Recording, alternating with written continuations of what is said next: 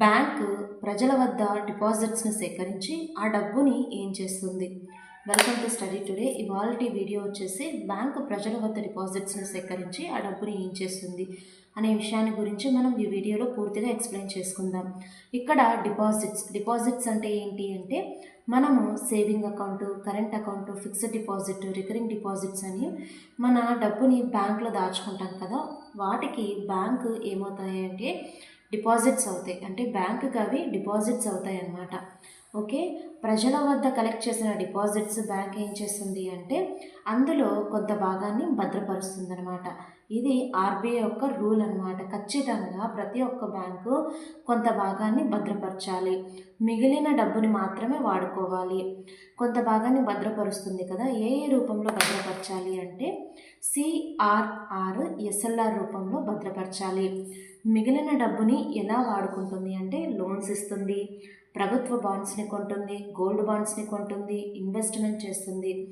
ఈ ప్రభుత్వ bonds, gold bonds, investments ఈ మూడు గవర్నమెంట్ సెక్యూరిటీస్ కింద వస్తాయి. ఓకే, అసలు సిఆర్ఆర్ అంటే ఏంటి, ఎస్ఎల్ఆర్ అంటే ఏంటి, ఇందులో ఎందుకు కొంత భాగం భద్రపరచాల్సి ఉంటుంది, లోన్స్ అంటే ఏంటి, ప్రభుత్వ బాండ్లు అంటే ఏంటి, గోల్డ్ బాండ్స్ అంటే ఏంటి, ఇన్వెస్ట్మెంట్ అంటే ఏంటి, వీటి గురించి మనము ఇప్పుడు ఎక్స్ప్లెయిన్ చేసుకుందాము. CRR, cash reserve ratio. Bank తమ వద్ద ఉన్న డిపాజిట్స్లో కొంత శాతాన్ని ఆర్బీఐ దగ్గర ఖచ్చితంగా నిల్వ ఉంచాలి. ఈ శాతాన్ని మనము క్యాష్ రిజర్వ్ రేషియో అని అంటాము. ఫర్ ఎగ్జాంపుల్, బ్యాంకు వద్ద 10,000 రూపాయల డిపాజిట్స్ అమౌంట్ ఉంటే ఆర్బీఐ 4% సిఆర్ఆర్ నిర్ణయిస్తే అప్పుడు బ్యాంకు 400 ఆర్బీఐకి కట్టేసి మిగిలిన దాంట్లో కూడా ఎస్ఎల్ఆర్ కూడా పే చేయాలి. ఎస్ఎల్ఆర్ కూడా పే చేసిన తర్వాత ఆ తర్వాత మిగిలిన అమౌంట్ వాడుకోవచ్చు. ఓకే, బ్యాంకు ఏ రకమైన డిపాజిట్స్ని వాడుకుంటుంది అంటే ఏ రకమైన డిపాజిట్స్ ఏ వాటికి వాడుకుంటుంది అంటే ఇక్కడ మనము ముందుగానే చెప్పుకున్నట్లుగా saving account, current account, fixed deposit, recurring deposits ఇవి మనము 2 కేటగిరీస్గా డివైడ్ చేసుకున్నాము. డిమాండ్ డిపాజిట్స్ కింద ఏమేమి వస్తాయి అంటే సేవింగ్ అకౌంట్, కరెంట్ అకౌంట్. అసలు సేవింగ్ అకౌంట్ అంటే ఏంటి? చిన్న మొత్తం పొదుపు కోసం వాడతాం అన్నమాట ఈ సేవింగ్ అకౌంట్. ఇవి ఏటీఎం, చెక్, యూపీఐ ద్వారా ఎప్పుడైనా తీసుకోవచ్చు. దీనికి చాలా తక్కువ వడ్డీ అనేది వస్తుందన్నమాట ఈ సేవింగ్ అకౌంట్. కరెంట్ అకౌంట్ అంటే ఏంటి? వ్యాపారులు చేసేవాళ్ళు, కంపెనీస్ ఎక్కువగా వాడేది అన్నమాట. అపరిమిత ట్రాన్సాక్షన్స్ చేయొచ్చు, కానీ సేవింగ్ అకౌంట్లో లిమిటెడ్ ట్రాన్సాక్షన్ చేయొచ్చు, కానీ కరెంట్ అకౌంట్లో అపరిమిత ట్రాన్సాక్షన్స్ చేయొచ్చు. దీనికి ఎలాంటి వడ్డీ రాదు. ఓవర్ డ్రాఫ్ట్ ఫెసిలిటీ ఉంటుంది. ఓవర్ డ్రాఫ్ట్ ఫెసిలిటీ అంటే ఏంటి? ఓవర్ డ్రాఫ్ట్ అంటే ఇప్పుడు ఫర్ ఎగ్జాంపుల్ మన అకౌంట్లో 100 రూపీస్ ఉంది, మనది కరెంట్ అకౌంట్ కనుక అయినట్లయితే 10 రూపీస్ ఎక్స్ట్రాగా యాడ్ చేసుకొని అంటే 110 రూపీస్ మనము విత్డ్రా చేసుకునే ఫెసిలిటీస్ అనేది ఉంటుంది. నేను ఫర్ ఎగ్జాంపుల్గా 10 రూపీస్ అని చెప్పినాను. మీ యొక్క సిబిల్ స్కోర్ని బట్టి ఈ ఓవర్ డ్రాఫ్ట్ ఫెసిలిటీ ఎంత అమౌంట్ అయితే ఉంటుంది అనేది బ్యాంకు నిర్ణయిస్తుంది. నెక్స్ట్, ఈ డిమాండ్ డిపాజిట్స్ని బ్యాంక్ ఏ విధంగా ఉపయోగించుకుంటుంది అంటే ఈ డిమాండ్ డిపాజిట్స్ని బ్యాంక్ ఎప్పుడు షార్ట్ టర్మ్ లోన్స్కి వాడుతుంది. షార్ట్ టర్మ్ లోన్స్ అంటే 1 లోగా కంప్లీట్ అయిపోవాలి ఆ లోన్స్, వాటిని షార్ట్ టర్మ్ లోన్స్కి వాడుతుంది అనమాట. Time deposits 1 year, maybe 1 year to 2 years maximum ఉంటుంది. నెక్స్ట్ టైమ్ డిపాజిట్స్, ఇవి లాంగ్ టర్మ్ లోన్స్కి ఉపయోగిస్తుంది. టైమ్ డిపాజిట్స్ అంటే ఏంటంటే అంటే fixed deposits, recurring deposits. Fixed deposits అంటే 7 days to 10 years వరకు మన అమౌంట్ డిపాజిట్ చేయాల్సి ఉంటుంది. ముందే విత్డ్రా చేస్తే పెనాల్టీ వర్తిస్తుంది అనమాట, ఎక్కువ వడ్డీ లభిస్తుంది. Next, every month recurring deposit అంటే ఏంటి? ఎవ్రీ మంత్ కొంచెం అమౌంట్ డిపాజిట్ చేస్తూ వెళ్ళాలి. దీనికి స్థిరమైన వడ్డీ లభిస్తుంది. అంటే ముందుగానే అనుకున్నట్లుగా ఒక వడ్డీ రేట్ని నిర్ణయించుకొని ఆ వడ్డీ రేట్ని ప్రకారము మనకు ఫైనల్గా అమౌంట్ అనేది వస్తుంది. ఓకే, ఈ టైం డిపాజిట్స్ని బ్యాంక్ ఏం చేస్తుంది? లాంగ్ టర్మ్ లోన్స్కి వాడుకుంటుంది. నెక్స్ట్ అదర్ డిపాజిట్స్ అంటే ఏవేవి? Call deposits, term deposits by corporates. Call deposits అంటే మనము 1 to 14 days వరకు ఈ అమౌంట్ని ఫిక్స్ చేసుకోవచ్చు. వాటిని కాల్ డిపాజిట్స్ అని అంటాము. మనం చేసిన ఈ కాల్ డిపాజిట్స్ యొక్క అమౌంట్ని బ్యాంక్ ఏ విధంగా ఉపయోగించుకుంటుంది అంటే షార్ట్ టర్మ్ లోన్స్కి ఉపయోగించుకుంటుంది. అంటే 1 to 14 days వరకు మన అమౌంట్ ఫిక్స్ చేసుకోవచ్చు. అంటే దాని 1 to 14 daysలో మనం మధ్యలో అమౌంట్ని తీసుకునేదానికి ఉండదు. మనం కాల్ డిపాజిట్స్ కనుక చేస్తే అంటే 14th రోజు మొత్తం చెల్లించాల్సి ఉంటుంది బ్యాంకు మనకి. వీటికి వడ్డీ ఏ విధంగా లభిస్తుంది అంటే సేవింగ్ అకౌంట్ కన్నా ఎక్కువ, ఫిక్స్డ్ అకౌంట్ కన్నా తక్కువ వడ్డీ లభిస్తుంది అనమాట. Next term deposits by corporates. పెద్ద కంపెనీస్ ఎక్కువ మొత్తాన్ని డిపాజిట్ చేస్తాయి అన్నమాట. అంటే 7 days to 10 years వరకు పెద్ద కంపెనీస్ ఎక్కువ మొత్తాన్ని డిపాజిట్ చేస్తాయి. అంటే కంపెనీకి ఒక బల్క్ అమౌంట్ అనేది వచ్చిందనుకోండి, ఒక బల్క్ అమౌంట్. ఈ బల్క్ అమౌంట్ని కంపెనీ పాయింట్ ఆఫ్ వ్యూలో ఏమంటామంటే సర్ప్లస్ ఫండ్స్ అని అంటాము. కంపెనీ అదనపు ఆదాయాన్ని term deposits by corporates are surplus funds అని అంటాము. ఈ టర్మ్ డిపాజిట్స్ బై కార్పొరేట్స్ ఈ అమౌంట్ని బ్యాంక్ ఏం చేస్తుంది అంటే లాంగ్ టర్మ్ లోన్స్కి వాడుకుంటుంది. అసలు లాంగ్ టర్మ్ లోన్స్ ఏవేవి అంటే home loan, industrial loan, working capital loans. అంటే బిజినెస్ని రన్ చేయడానికి కావాల్సిన తాత్కాలిక లోన్ని మనము వర్కింగ్ క్యాపిటల్ లోన్స్ అని అంటాము. గవర్నమెంట్ బాండ్స్ కొంటుంది, గవర్నమెంట్ సెక్యూరిటీస్, డిబెంచర్స్లో ఇన్వెస్ట్మెంట్ చేస్తుంది. ఇలా వీటన్నిటిని లాంగ్ టర్మ్ లోన్స్ అని అంటాము. అంటే ఇక్కడ home loan, industrial loan, working capital లోన్స్ని వీటిని లాంగ్ టర్మ్ లోన్స్ అంటాము. ఓకే, మిగిలిన అమౌంట్ బ్యాంక్ ఏం చేస్తుంది అంటే గవర్నమెంట్ బాండ్స్ కొంటుంది, గవర్నమెంట్ సెక్యూరిటీస్, డిబెంచర్స్లో ఇన్వెస్ట్మెంట్ చేస్తుంది. ఓకే, ఇక్కడ లాంగ్ టర్మ్ లోన్స్ వచ్చేసి home loan, industrial loan, working capital loans అనమాట. ఇంకా అంటే టెన్యూర్ పెరిగే కొద్దిన లోన్స్ వచ్చేసి మనం లాంగ్ టర్మ్ లోన్స్ అని అంటాము. ఈ సిఆర్ఆర్ విధానాన్ని 1962లో ఇండియాలో మొట్టమొదటిసారిగా అమల్లోకి వచ్చింది. దీన్ని ఆర్బీఐ యాక్ట్ 1934 సెక్షన్ 42(1) ప్రకారం అమలు చేశారు.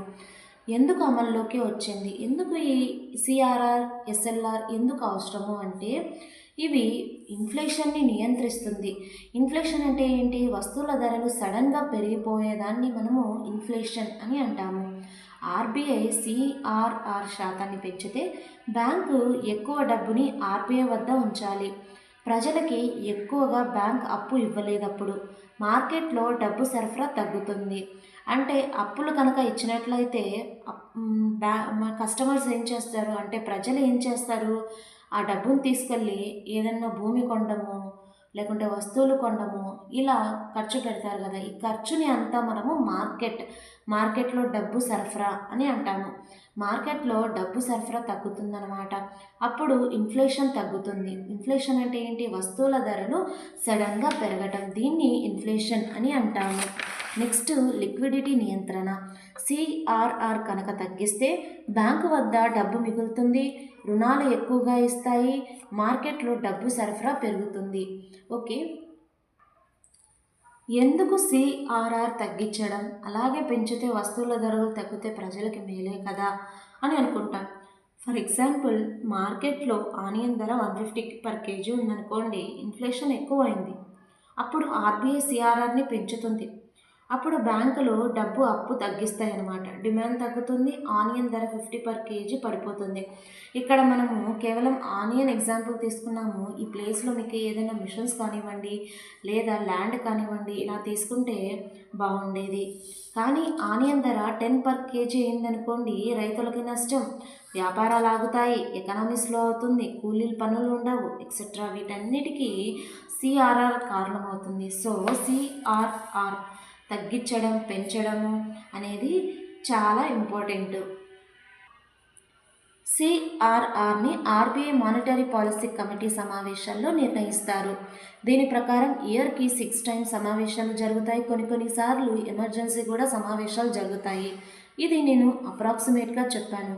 ఈ సమావేశాల్లో repo rate, reverse repo rate, CRR, SLR వీటన్నిటి గురించి నిర్ణయాలు తీసుకుంటాయి. అసలు మానిటరీ పాలసీ కమిటీ అంటే ఏంటి, వీటి గురించి రెపో రేట్ అంటే ఏంటి, రివర్స్ రెపో రేట్ అంటే ఏంటి, సిఆర్ఆర్, ఎస్ఎల్ఆర్ గురించి వీడియోలో ఎక్స్ప్లెయిన్ చేసుకున్నాము.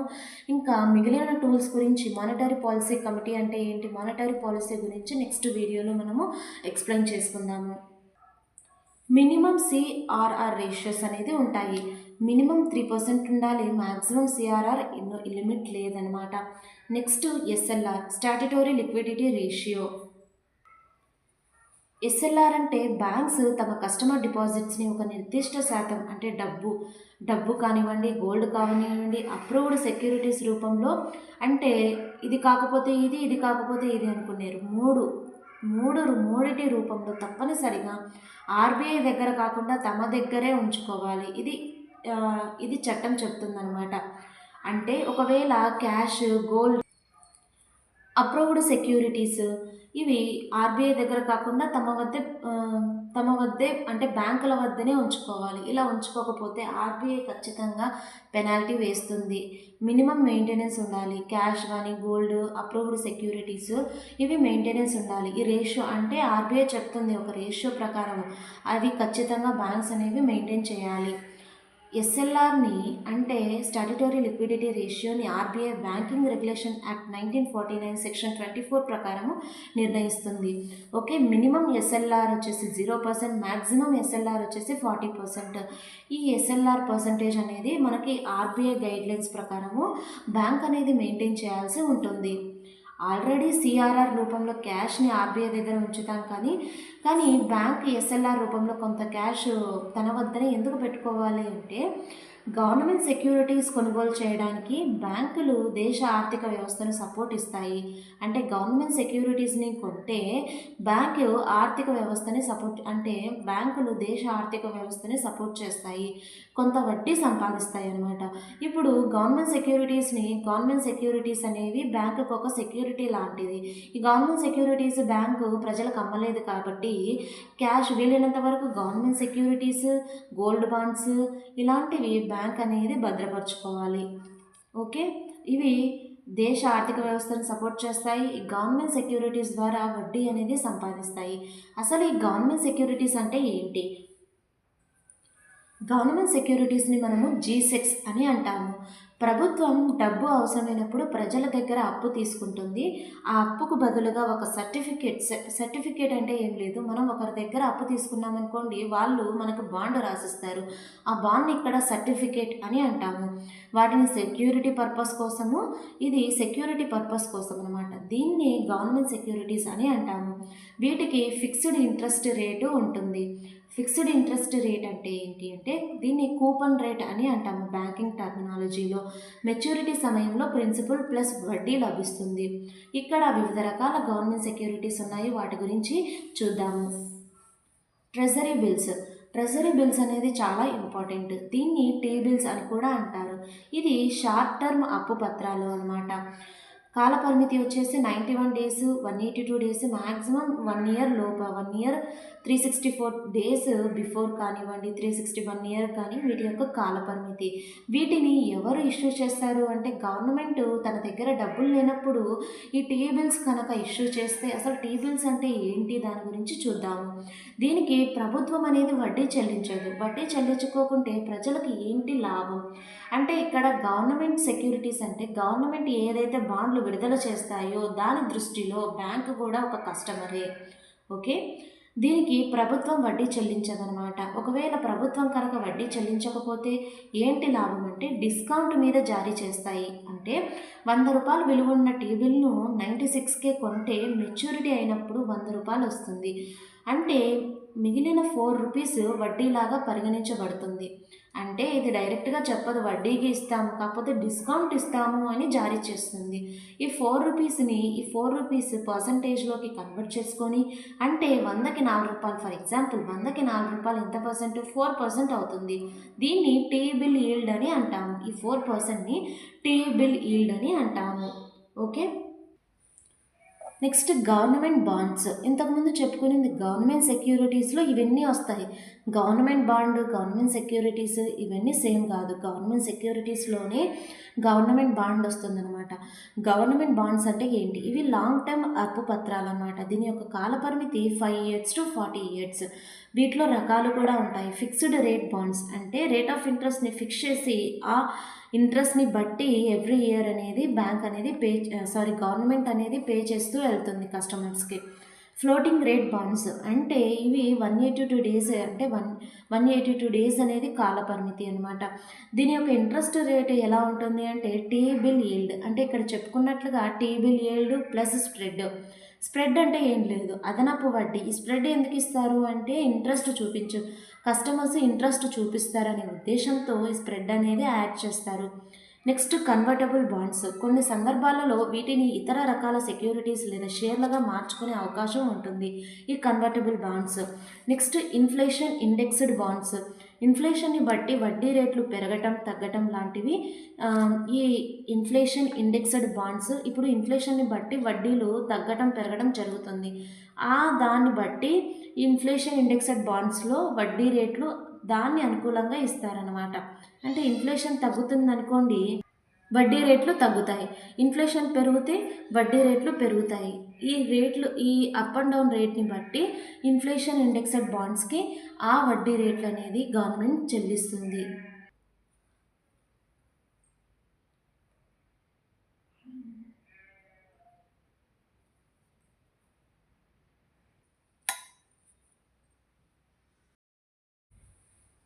Next sovereign gold bonds. ఇవి బంగారం విలువను అనుబంధంగా ఈ బాండ్స్ అనేవి పనిచేస్తాయి అన్నమాట. వీటికి స్థిర వడ్డీ ప్లస్ బంగారం ధర పెరుగుదల లాభం కూడా ఉంటుంది. ఫర్ ఎగ్జాంపుల్, నేను ఒక గోల్డ్ బాండ్ అనేది 100 రూపీస్కి కొన్నాను, స్థిర వడ్డీ 2.5% అనుకోండి. ఫర్ ఎగ్జాంపుల్ 2.5% అంటే సావెన్ గోల్డ్ బాండ్స్ అన్నిటికీ 2.5% ఉంటుందంటే అది అబద్ధం. ఈ గోల్డ్ బాండ్ కాస్త 100 రూపీస్ నుంచి 120 అయిందనుకోండి, అప్పుడు నాకు ఈ గోల్డ్ బాండ్స్ ద్వారా లభించే అమౌంట్ టోటల్ ఎంత అంటే 122.5 రూపీస్ నాకు ఈ సావెన్ గోల్డ్ బాండ్స్ నుంచి లభిస్తుంది.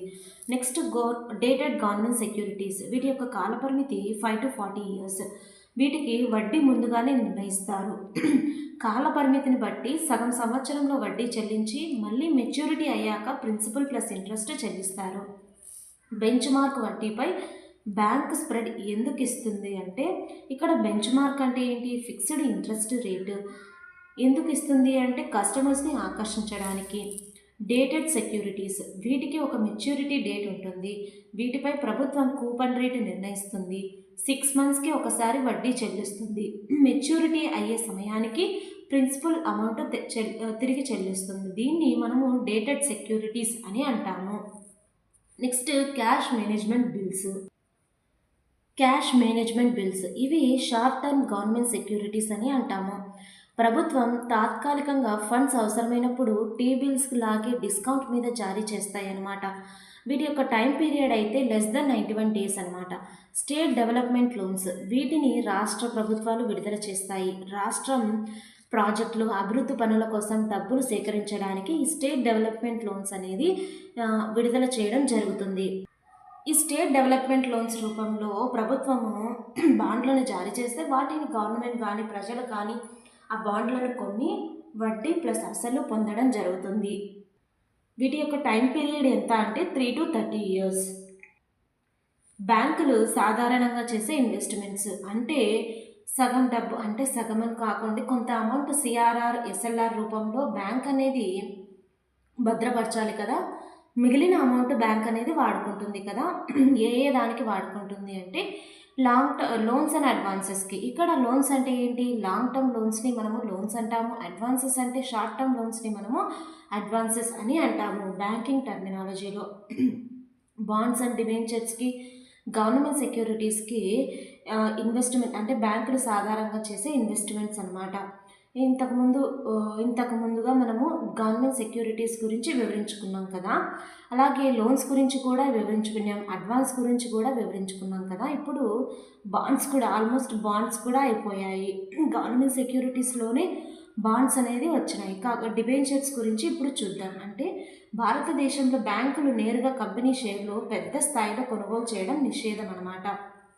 ఎందుకంటే షేర్స్ చాలా రిస్క్ అండ్ వాలటైల్ అంటే స్థిరం కానివి కాబట్టి షేర్స్ అనేవి చాలా రిస్క్.